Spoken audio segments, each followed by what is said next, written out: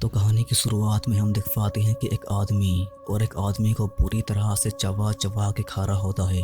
ऐसा लग रहा होता है कि इस आदमी के अंदर कुछ तो गड़बड़ है। और तब हम जान पाते हैं कि यह आदमी तो पोजेस्ड हो गया होता है, जो कि इसके अंदर कुछ काले शक्तियां घुसे होने की वजह से यह आदमी तो इस आदमी को बुरी तरह से चबा चबा के खा रहा होता है।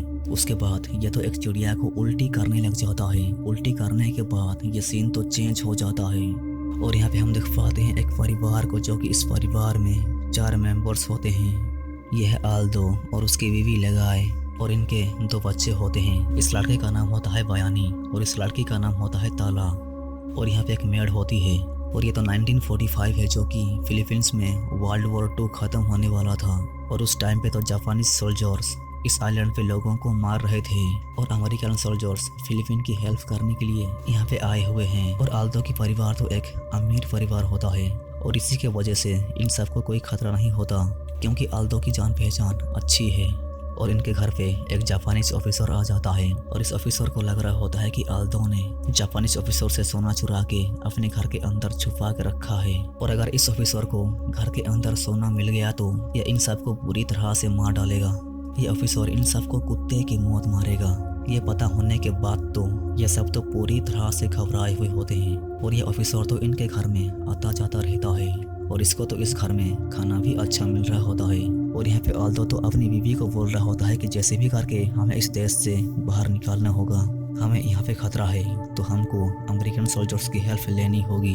ये दोनों बातें कर रहे होते हैं, तब यहाँ पे ताला आ जाती है और इन दोनों को पूछती है कि क्या चल रहा है। और तब आल्दो तो अपनी बेटी से बोलने लग जाता है कि मुझे अमेरिकन सोल्जर्स की हेल्प लेनी होगी। और बयानी के पास आने के बाद इसको भी बोलने लग जाता है कि तुम्हें बहादुर बनना होगा, अपने परिवार को सुरक्षित करने के लिए तुम्हें बहादुर बनना होगा।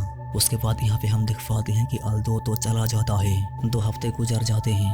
ये तीनों खाना खा रहे होते हैं, तब यहाँ पे हम देख पाते हैं कि लिगाय तो खांसने लग जाती है, इसकी तबीयत तो बिगड़ने लग जाती है। खाना खाने के बाद ये तीनों प्रे करने जा रहे होते हैं, तब बयानी तो अपनी माँ से पूछती है कि हमारा क्या होगा अगर पापा घर में नहीं आए तो। ये सुनने के बाद लिगाय तो इन दोनों को संभालते हुए बताने लग जाती है कि हमारा कुछ नहीं होगा, जब तक हमारे घर में रोशनी है तब तक हमको कुछ नहीं होगा, ना कि तुम्हारे पिताजी को। ये सब प्रे कर रहे होते हैं, तब हम देख पाते हैं कि लिगाय तो खांस खांस के नीचे गिर जाती है। इसकी तबीयत तो और ज़्यादा खराब होने लग जाती है। ये तो पूरी तरह से खांस रही होती है। तब यहाँ पे हम देख पाते हैं मदर मैरी की स्टैच्यू को। और यहाँ पे तो ताला अपनी माँ को बता रही होती है कि पापा को तो कुछ हो गया होगा, शायद अभी तक पापा घर नहीं लौटे और हमारे पास तो खाना भी और नहीं बचा है। मुझे कल बाहर जाके खाना ढूंढना होगा, नहीं तो हम भूखे मर जाएंगे। लेकिन उसकी माँ तो बता रही होती है कि हमें इंतजार करना चाहिए। और तब ताला तो बोलती है कि पिताजी अगर मर गए तो। ये सुन के तो लिगाय को गुस्सा आ जाता है और गुस्से से ताला को धमकाने लग जाती है। तब ताला तो यहाँ से भाग जाती है, अपने कमरे के अंदर आ जाती है। सुबह हो जाने के बाद इन दोनों को देख पाते हैं कि इनके पास तो एक पिस्टल होता है, जो कि इनके बाप ने बयानी को बोला होता है कि अगर परिवार पे मुसीबत आई तो तुमको इससे इस्तेमाल करना होगा। उसके बाद ये दोनों पिस्टल पकड़ के घर से बाहर जा रहे होते हैं। तब यहाँ पे एक कुत्ते को देख पाते हैं। फिर दोनों खाना ढूंढने के लिए जंगल की ओर जाने लग जाते हैं। ये दोनों चलते चलते जंगल के अंदर की ओर जा रहे होते हैं। तब इन दोनों को एक झोपड़ी दिखाई देता है। फिर ताला तो इस झोपड़ी के अंदर आने के बाद वो देख पाती है कि यहाँ पे तो एक कैंडी होती है। इसको तो बिल्कुल समझ नहीं आ रहा होता है कि इस झोपड़ी के अंदर ये कैंडी कैसे आ गई, इसको कौन यहाँ पे रखा हुआ है। ये भूखी होती है और ये तो अपने आप को कंट्रोल नहीं कर पाती और कैंडी को खा जाती है। ये मजे में कैंडी को चबा चबा के खा रही होती है। तब इसके सामने से तो कोई एक गुजर जाता है। ये महसूस तो कर पाती है कि उसके सामने से कोई एक गुजर गया और ये देखने के लिए आगे बढ़ते जाती है। तब वो देख पाती है कि यहाँ पे तो एक लाश बुरी तरह से पड़ी हुई है और लाश को देखने पर ऐसा लग रहा होता है कि ये तो एक औरत की लाश है, जो कि इसके ऊपर कई सारे कीड़े भिनभिना रहे होते हैं। और इस लाश को देखने के बाद तो ताला डर जाती है, घबरा जाती है। डर और घबराहट के मारे ये दोनों वापस आने लग जाते हैं। ये दोनों घर की ओर चलते चलते आ रहे होते हैं। तब बयानी तो ताला को पूछता है कि तुमने क्या देखा, उस झोपड़ी के अंदर तुमने क्या देखा। लेकिन ताला तो बयानी को कुछ नहीं बताती। और तब यहाँ पे बयानी तो रुक जाता है और ताला को तो ऐसा सुनने को मिलता है कि उसका बाप उसको पुकार रहा है।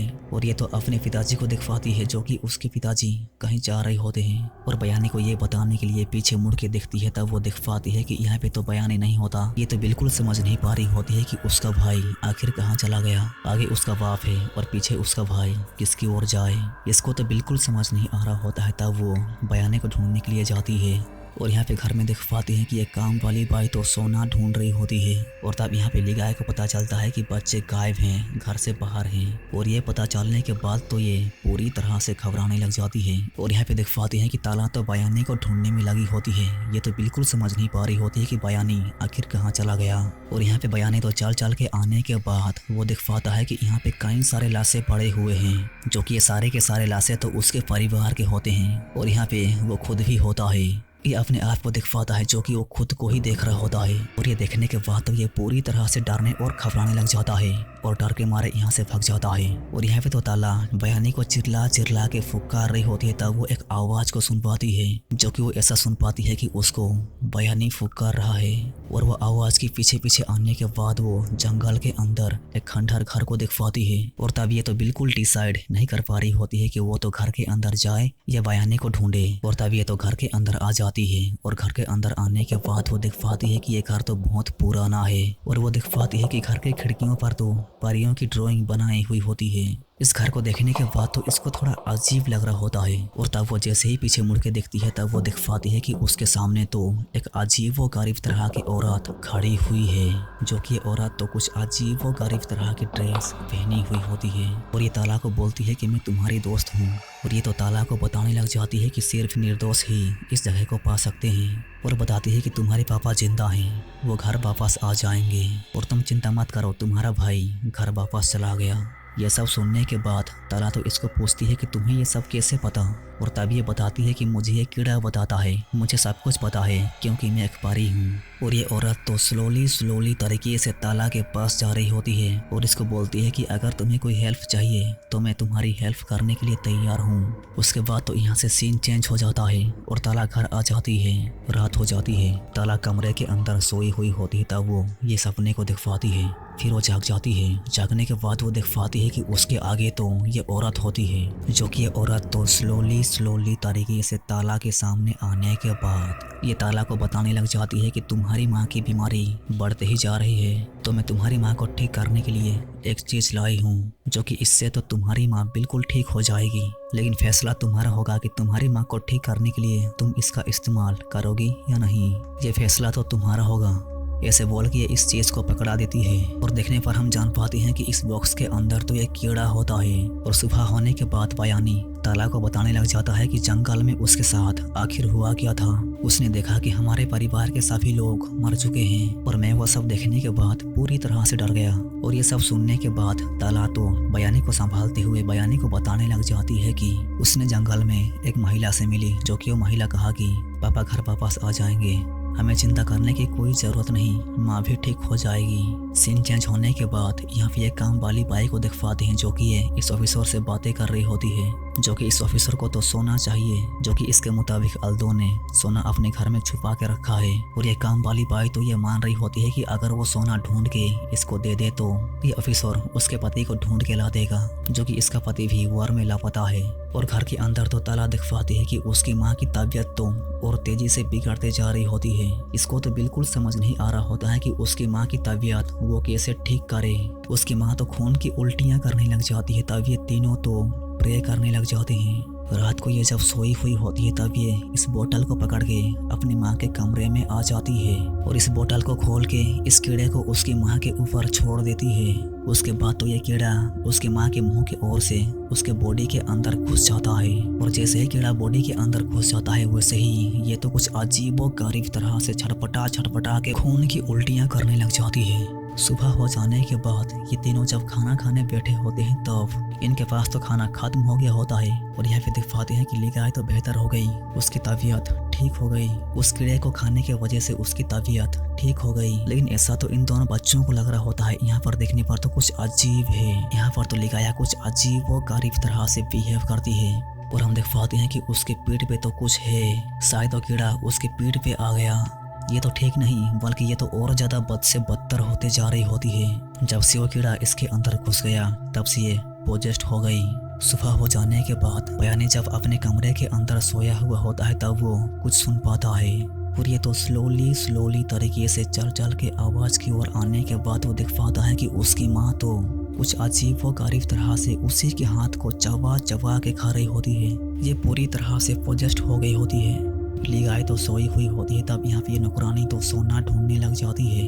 ये सोना ढूंढ रही होती है, तब यहाँ पे देख पाती है कि ली गाय तो कुछ अजीब व गरीब तरह से छटपटाने लग जाती है और भयंकर तरीके से चिल्लाने लग जाती है। तब ये नौकरानी की तो फटके चार और खतरनाक तरीके से जीभ को बाहर निकालने लग जाती है। ये काम वाली बाई तो डर के मारे कमरे से बाहर आ जाती है। डर के मारे इसकी तो फाटी फाड़ी होती है, तब ये तो घर से भाग जाती है।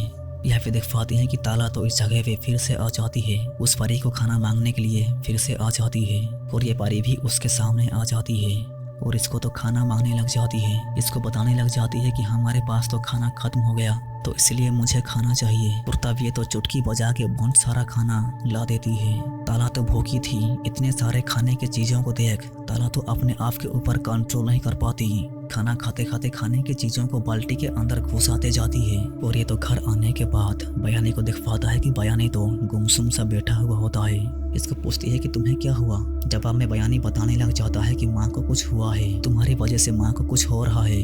और ये तो गुस्सा होकर चला जाता है। रात होने के बाद ये दोनों कमरे के अंदर सोए हुए होते हैं। तब ताला को तो कुछ अजीब व गरीब तरह के साउंड सुनने को मिलता है। इसको ऐसा लग रहा होता है कि कमरे के अंदर बेड के नीचे कोई तो है। तब इसका बेड तो हिल जाता है। ये देखने के बाद तो इसकी पूरी तरह से डर के मारे फट के चार। ये डर के मारे थर थरा के बेड के नीचे देखती है। तब वो देख पाती है कि बेड के नीचे तो उसकी माँ भयानक तरीके से उसको ही देख रही है। ये देखने के बाद तो ये और ज़्यादा डरने लग जाती है, लेकिन सांस और हिम्मत को बढ़ा के वो अपने कमरे से बाहर आ जाती है। और घर से बाहर आने के बाद वो देख पाती है कि उसकी माँ तो कुत्ते को मार के बुरी तरह से चबा चबा के खा रही होती है।